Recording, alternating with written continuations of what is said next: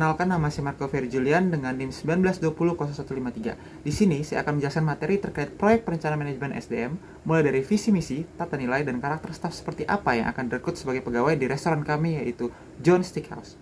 Oke, jadi yang pertama itu ada proyek perencanaan manajemen SDM dan perekrutan SDM-nya. Nah, setiap perusahaan, khususnya restoran, tentunya menginginkan SDM yang sesuai dan siap dengan posisi yang dibutuhkan. Dengan berbagai alat tes dan juga proses seleksi akan dilakukan demi mendapatkan karyawan yang terbaik. Tentunya, untuk mencapai manajemen SDM yang baik, semua dimulai dari awal, yaitu masa perekrutan SDM. Dengan berbagai pertanyaan yang diajukan kepada kandidat, itu bisa menggambarkan keseriusan, pengetahuan, maupun wawasan yang dimiliki, serta karakter dari orang tersebut, sebelum akhirnya kita bisa menentukan pilihan apakah orang tersebut layak untuk bekerja di tempat kita atau tidak. Nah, berikut ini adalah contoh gambaran dari hasil perekrutan piramida. Jadi, perekrutan piramida ini adalah salah satu perhitungan angka yang menghubungkan penyediaan antara jumlah rekrutmen dan juga jumlah pelamar. Nah, yang pertama itu adalah leads generated, yakni total pelamar yang masuk dengan ketersediaan lowongan, itu rasionya 6:1. Lalu selanjutnya ada candidate invited, yaitu kandidat yang diundang untuk diinterview sesuai dengan kriteria dan ditentukan oleh perusahaan dengan rasio 4:3.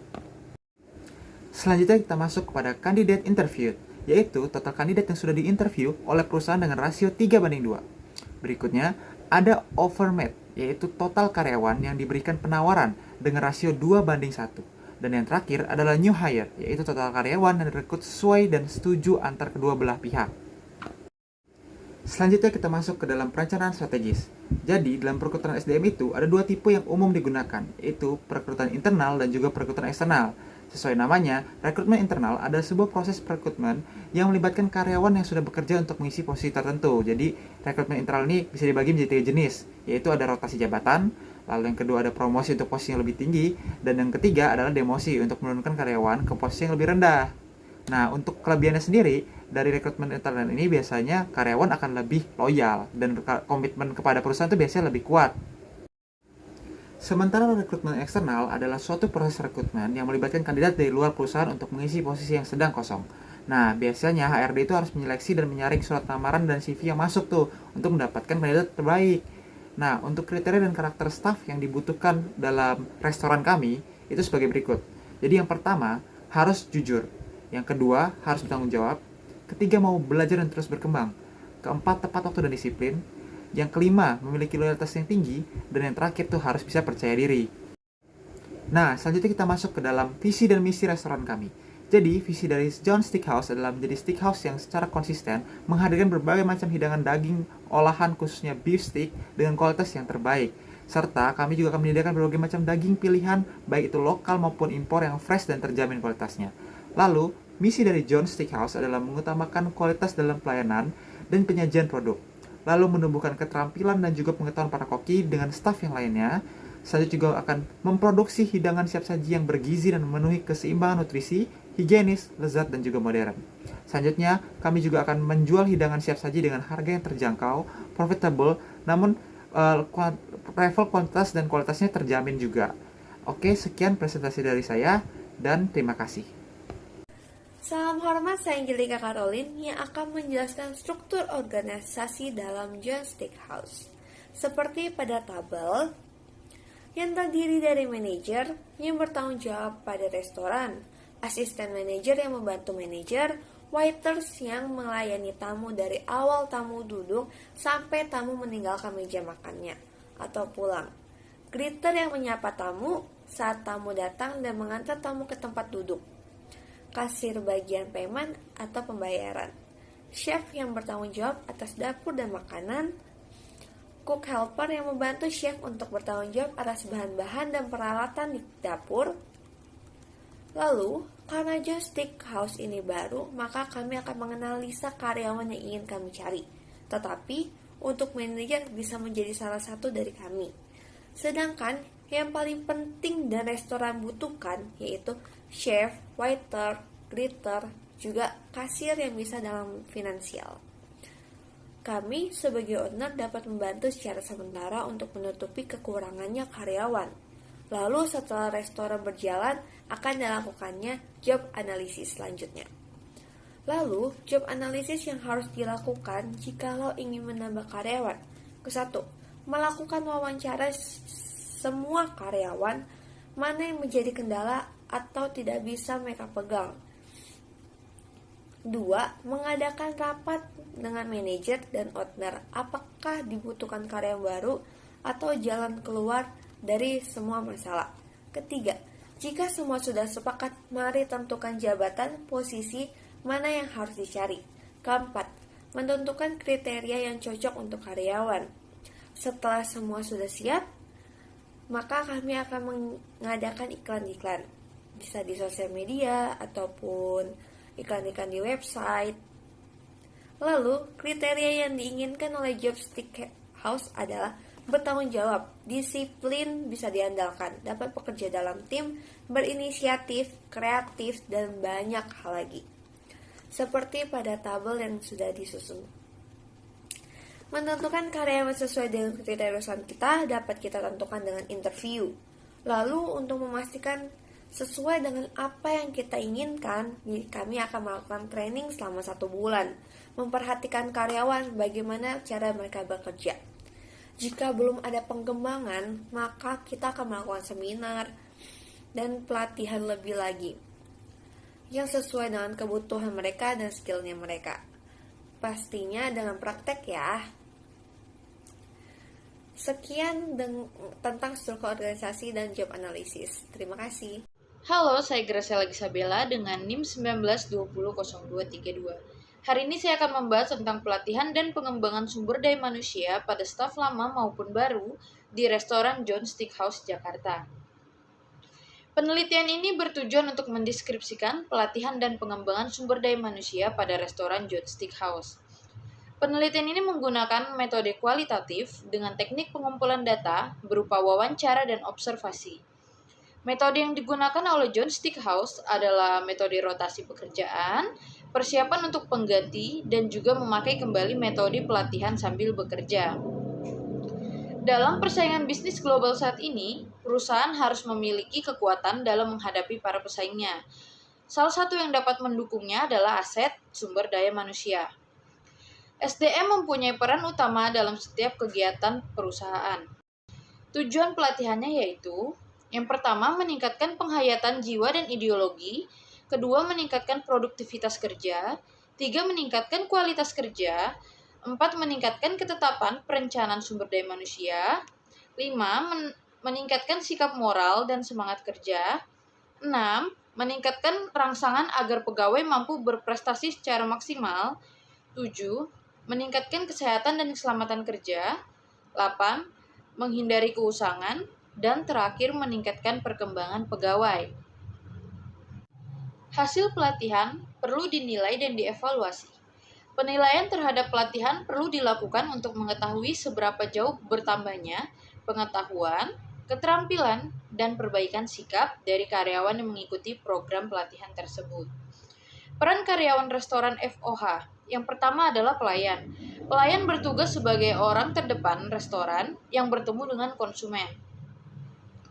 Seorang pelayan bisa dibilang penghubung antara konsumen dengan karyawan bagian belakang atau BOH. Misalnya ketika ada konsumen yang masuk, seorang pelayan harus menghampiri konsumen, menyapa dengan ramah, dan mencatat semua pesanan. Lalu seorang pelayan juga harus siap mendengarkan keluh kesah konsumen apabila konsumen tidak puas dengan pelayanannya, dan harus menyampaikan permintaan maaf, lalu menyampaikan kembali kepada tim di restoran. Pelayan juga bertugas untuk mengelap meja dan merapikan kursi dan meja konsumen. Yang kedua adalah kasir. Berbeda dengan pelayan, tugas seorang kasir adalah mengurus pembayaran dari konsumen. Jumlah uang yang masuk setiap hari harus sesuai dengan nota pembayaran. Jika ditemukan selisih, kasir sering diminta tanggung jawabnya. Posisi kasir juga sering digunakan sebagai skema kerja shift atau dibagi selama beberapa jam sekali. Yang ketiga adalah resepsionis. Resepsionis juga melayani calon pelanggan yang baru melihat menu di bagian depan restoran. Ada beberapa tugas yang hampir beririsan antara resepsionis dengan pelayan. Seorang resepsionis juga wajib mendengar keluhan konsumen dan menjawabnya secara diplomasi maupun memberikan solusi. Yang keempat adalah pengantar makanan. Pengantar makanan bertanggung jawab dalam hal pengemasan hingga peletakan barang di kendaraan. Salah satu tugas pengantar makanan lainnya adalah bertanggung jawab atas ketetapan waktu pengantaran. Ciri karyawan restoran BOH, yang pertama adalah juru masak. Tugas seorang juru masak adalah menyiapkan makanan sesuai pesanan konsumen. Biasanya, restoran memiliki kepala juru masak yang akan membawahi beberapa juru masak. Sebagai seorang kepala juru masak, mereka memiliki wewenang untuk menyusun jadwal kerja para juru masak lainnya hingga hidangan yang akan disajikan ke konsumen bersama dengan juru masak lainnya. Yang kedua adalah barista. Barista memang terkesan hanya ada di dunia kuliner kopi. Namun, posisi barista memiliki arti yang lebih luas, yakni peracik minuman.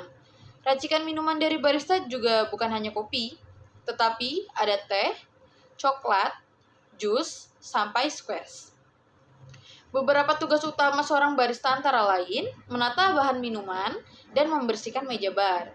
Yang terakhir adalah pencuci piring. Posisi pencuci piring jelas membersihkan semua peralatan makanan yang telah digunakan oleh konsumen.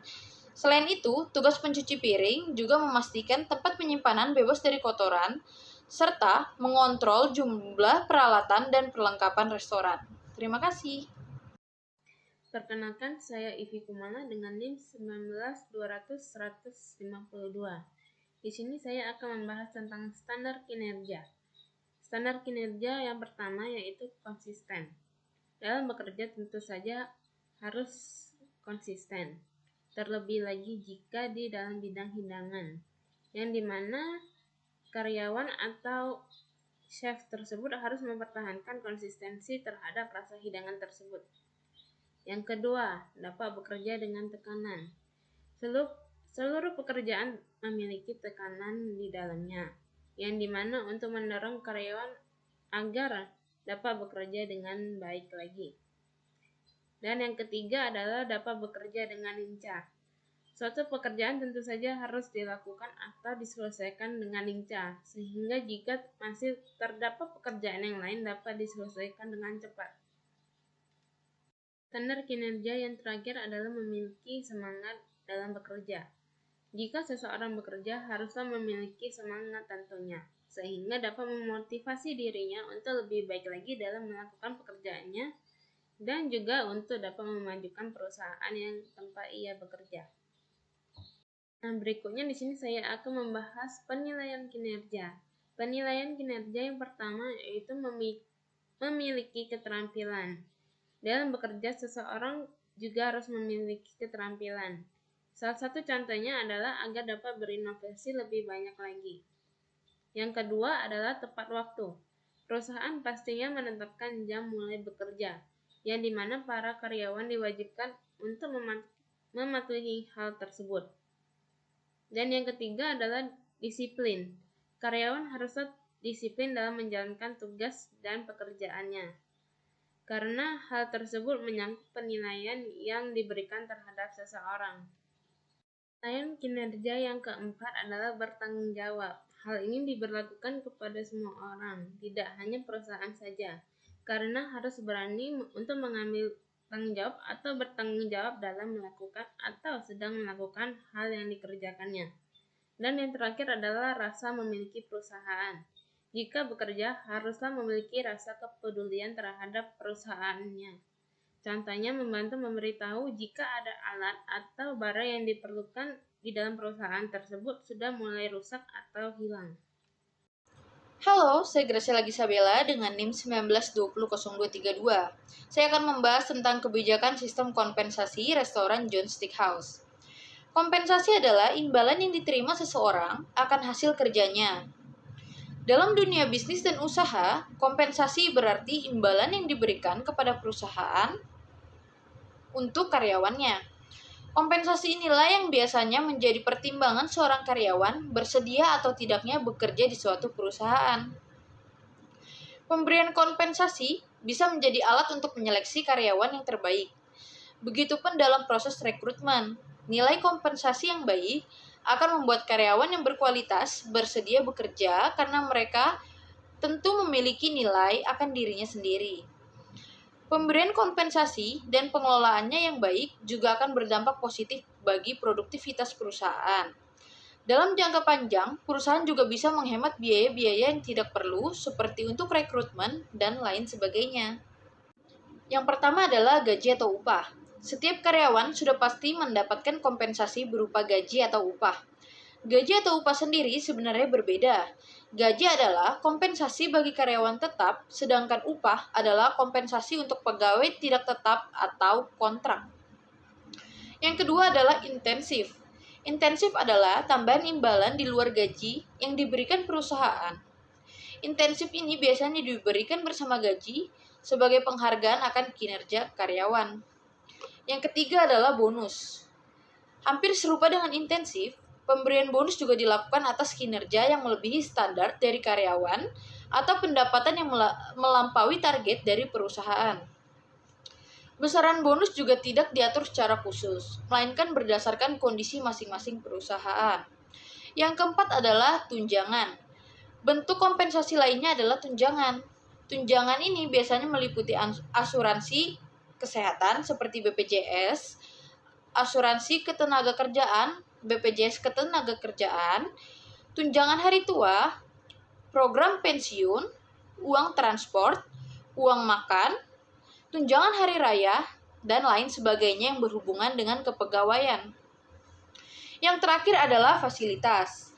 Bentuk kompensasi yang biasanya dirasakan oleh karyawan, namun tidak berbentuk uang, adalah fasilitas. Fasilitas yang diberikan perusahaan untuk keberlangsungan kerja.